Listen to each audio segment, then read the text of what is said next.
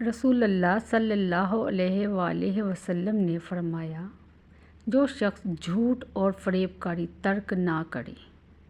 تو اللہ تعالیٰ کو اس کی ضرورت نہیں کہ وہ روزے کے نام پر کھانا پینا چھوڑ دے۔ رسول اللہ صلی اللہ علیہ وآلہ وسلم نے فرمایا کہ تم قیامت کے دن اللہ کے ہاں اس شخص کو سب سے کمتر پاؤ گے جو کچھ لوگوں کے سامنے ایک رخ سے آتا ہے اور دوسروں کے سامنے دوسرے رخ سے آتا ہے۔ رسول اللہ صلی اللہ علیہ وآلہ وسلم نے فرمایا، اللہ تعالیٰ نے میری امت کی ان غلطیوں سے درگزر کیا ہے جن کے بارے میں صرف وسوسہ پیدا ہو یا دل میں اس کے کرنے کا خیال پیدا ہو، مگر اس کے مطابق نہ وہ عمل کرے نہ وہ بات۔ رسول اللہ صلی اللہ علیہ وآلہ وسلم نے فرمایا،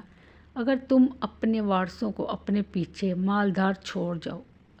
تو یہ اس سے بہتر ہے کہ تم انہیں محتاج چھوڑو کہ لوگوں کے سامنے ہاتھ پھیلاتے پھریں۔